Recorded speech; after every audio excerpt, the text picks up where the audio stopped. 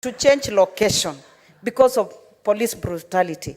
Were it not for kamba environment, that the same policemen were sent away by WhatSApp, it was serious. Yes. When they came and camped outside the church where I was conducting the meeting, then WhatSApp landed on them, and the first one to be stunk was the OCS. Mr. Speaker, sir, when the leadership and the members of the minority side were harassed by the same police, when we were sent out, when we were chased along the streets, Senator Cherargei was celebrating. He didn't know that a time will come that will also speak on the same.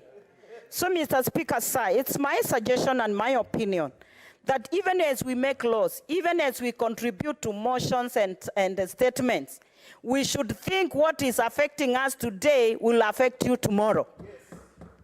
I remember a renowned leader in this nation once said that the government eats its own people.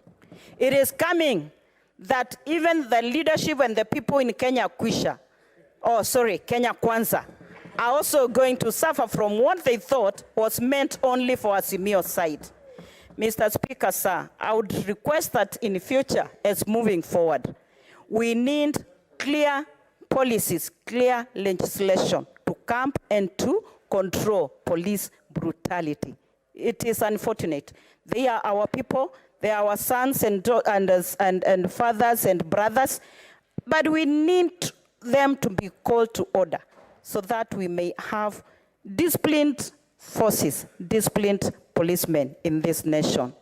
Thank you, Mr. Speaker. Senator Chimera.